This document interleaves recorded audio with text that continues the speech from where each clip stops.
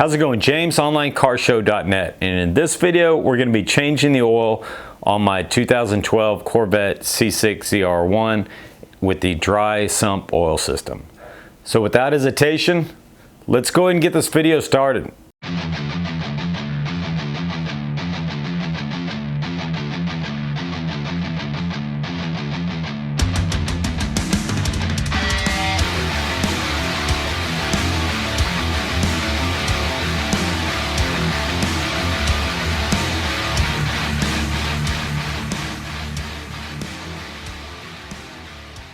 All right, well, just to go over real quick, we're going to be changing the oil on the 2012 Corvette ZR1. It's got a dry sump oil system, so this video will apply to anybody that's got a dry sump oiling system on their Corvette. I'm not sure if C5 had them, but C6 had them for sure, C7. This should be something similar, you know, depending on what year Corvette you have.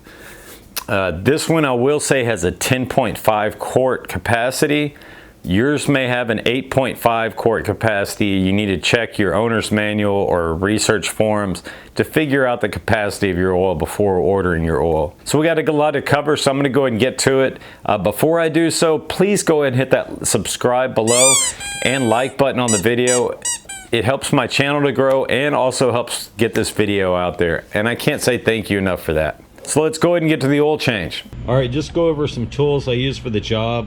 You are going to need, of course, ratchet wrench and a 13mm socket for taking off the drain plugs. You're also going to need something to remove the oil filter. Here's two styles that I recommend, and I'll have links to some of these on Amazon if you don't have any. This one I really like, but for the Corvette, getting up, you know, in between the header and so forth in there, this one sometimes is a little bit easier, and that's what I opted for this oil change. You're also going to need an oil change, you know, reservoir or whatnot to keep all the old oil in as you're draining it out, and you're also going to need a funnel to put the new oil in. And also to clean the drain plug and so forth, I use an Adams all-purpose cleaner just on a rag to wipe it off.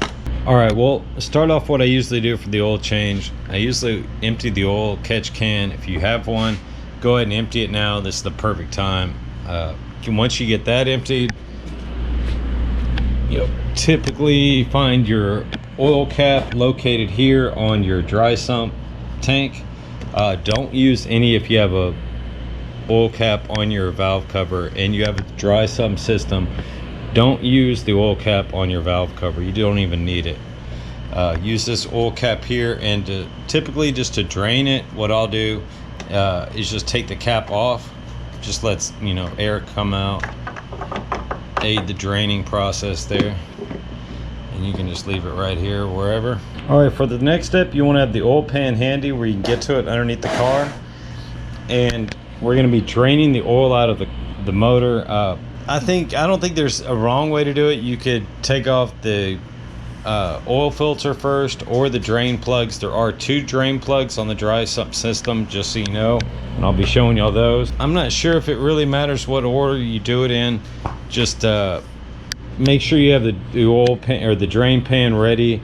Also up top, I typically use one of these to cover up the fender just to stop from scratching any of the paint here on the Corvette, since it's so exposed when you're leaning over the car. Also, you want to let the car totally cool down before you get underneath the car. That oil can be really hot when you're changing the motor, and it's not very fun messing with when it's real hot. So let's get it underneath there, and I'm going to go ahead and take off the two bolts and then do the oil filter second. Hopefully it'll be cleaner that way. I'm not sure if it really matters. And after we get the drain plugs off and the oil filter off, I'm going to go ahead and raise the back of the car a little bit with the jack while it's draining out, just to make sure, as I mentioned, it says in the owner's manual to keep it level while you're draining it. Should cover me there. We should be good to go. So let's go ahead and take off those drain bolts. All right, well, as I mentioned, just to be safe, even though I've got the ramps under here and I should be totally fine, I still put the jack stands under here just for extra safety. You always want to do that when getting underneath the car. All right, well, I'm looking in on the driver's side here.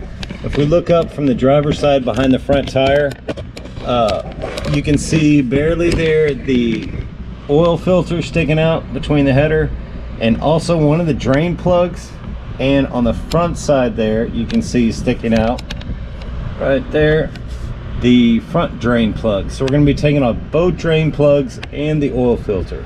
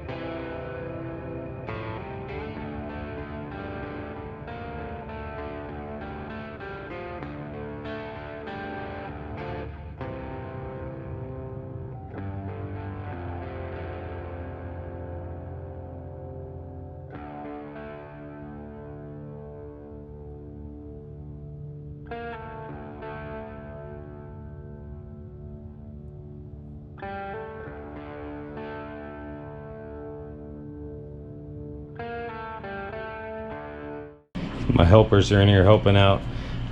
Next thing is we need to go ahead and lift up the back end just to get it leveled off, as I said, to get all the oil out of the motor. All right, well, I did cheat a little bit. As you can see, I've already got the oil filter in. Just know when you're putting that in, you just want to barely go past hand tight, just barely. Basically, and get it hand tight, and then I'll go back with a tool and give it, you know, a quarter turn or something. Doesn't take much, and the worst thing that could happen, you know, with heat, those seal up even more. So worst thing can happen, you know, next time you go to get the oil filter off and you can't remove it. So I've had that happen before. Just don't over tighten it. All right, well, next step will be the bolts. As you can see here, I got them nice and pretty, nice and cleaned off. So we're gonna go ahead and put those back on, 13 millimeter.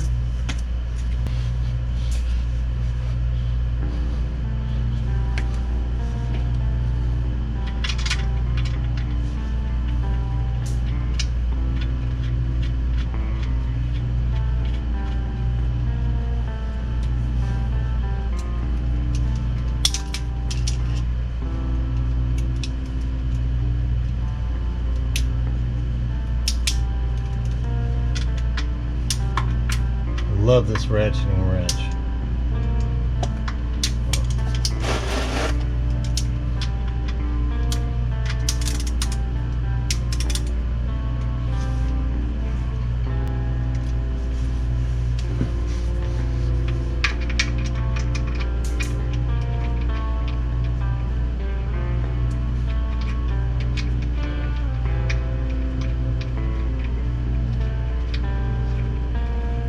Two hands.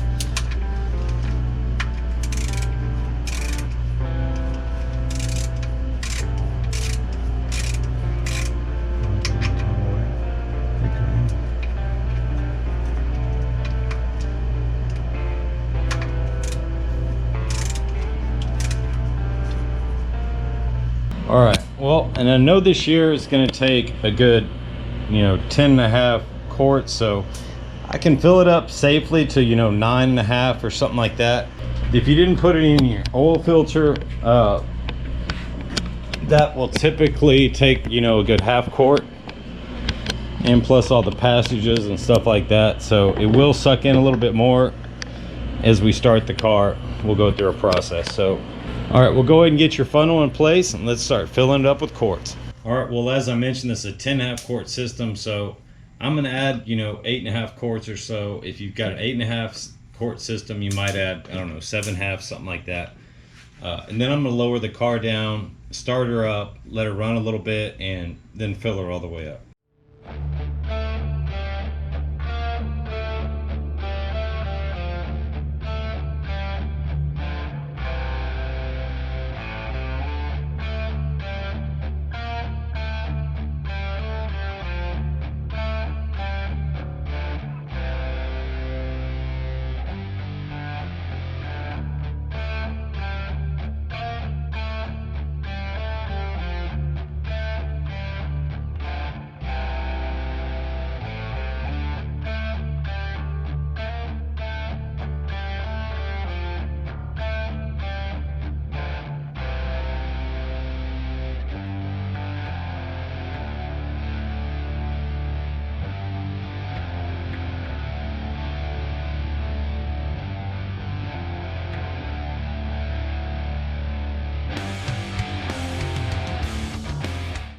All right, well that was 8.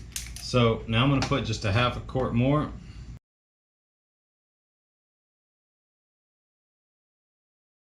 It's pretty good. And I'm gonna go and lower the car down, start her up, let her run.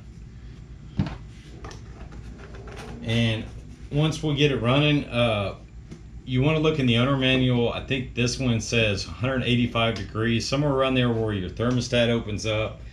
The oil gets fully hot, you know, just make sure the engine's good and hot. All right, well, started up just fine. We're letting the oil temperature get up to 185 according to the owner's manual. The dipstick will be accurate when the oil temperature gets up to 185. So we'll let it rise up to that number, then we'll check the oil and add oil as needed at the dipstick.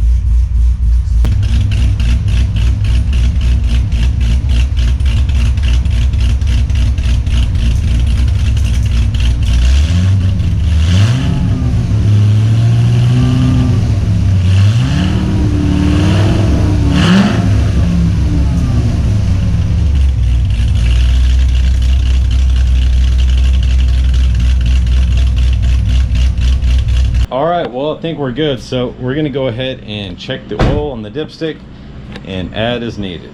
All right, well, you'll find the dipstick right over here, the yellow handle. Pull it up. First time, we're just gonna wipe it off. Put it back in there. We'll sit for a minute. Pull her out and see where we're at. Almost at the green. So it looks like I need about a half a quart. I've already added about a quart while it was heating up, so puts me right at about 10.5. So there you go. So I'm gonna add the half quart, seal it up, and we're good to go. Also, just a real quick note, after you start it up, get it going, you also want to go underneath the car and look, make sure there aren't any leaks at that time. Make sure all your drain plugs and your oil filter are sealed up nicely, no drips or anything like that visible. Also, when disposing of the old oil, what I'll typically do is, since this has a little spout on it, my drain pan, I'll use the old bottles and I'll fill them up using the funnel with the old oil, and you can drop them off at O'Reilly's, AutoZone, Pep Boys, whatever.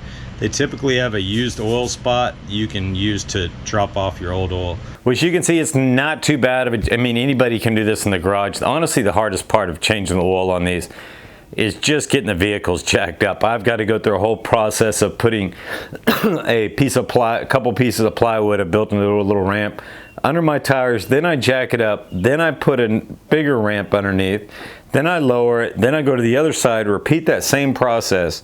So any Corvette owner knows, it can be, it's on some of the stuff, that's just what takes the longest getting it done, and just getting the vehicle handled. But honestly, it's not too bad. You've got one more bolt than you do on a normal car. Honestly, the Focus, changing the oil on it, because I've got a cover underneath there that's in the way, it's actually a little bit harder, I would say, than changing the oil on the Corvette. It just takes a lot of oil. They are pretty precise on how you measure the oil level, but I mean, with 10.5 quarts, you do have a little bit of leeway there if it's not completely to the line. But thank y'all so much for watching the video. I can't say thanks enough, as always. If you haven't done so, Do me a favor, go ahead and hit that subscribe below, and please hit the like. That helps, you know, my channel to grow and helps get this video out there.